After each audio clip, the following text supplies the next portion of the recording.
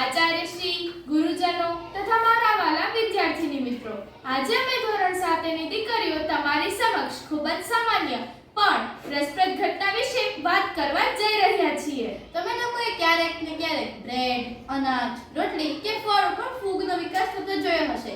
તો આજે અમે તમને બ્રેડનું ઉદાહરણ લઈને ફૂગ વિશે સમજાવીશું.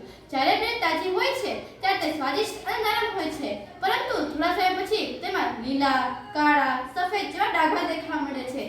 આ ડાઘા બીજું કાંઈ નથી, આ ફૂગ છે. તો ચાલો આપણે ફૂગની પાછળનો વિજ્ઞાન સમજીએ.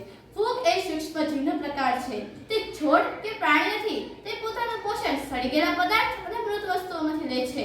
બ્રેડ એ ફૂગ માટેનો ઉત્તમ સ્ત્રોત ખોરાક છે, કારણ કે તેમાં કાર્બોહાઈડ્રેટ્સ અને ભેજ રહેલો હોય છે. હવામાં અસંખ્ય ફૂગના બીજકણો તરતા હોય છે.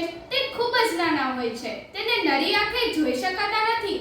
જ્યારે બ્રેડને હવાના સંપર્કમાં ખુલ્લી રાખવામાં આવે છે કે તેનું પેકિંગ કરવામાં આવે કે બનાવવામાં આવે, ત્યારે આ બીજકણો તેના પર બેસી શકે છે.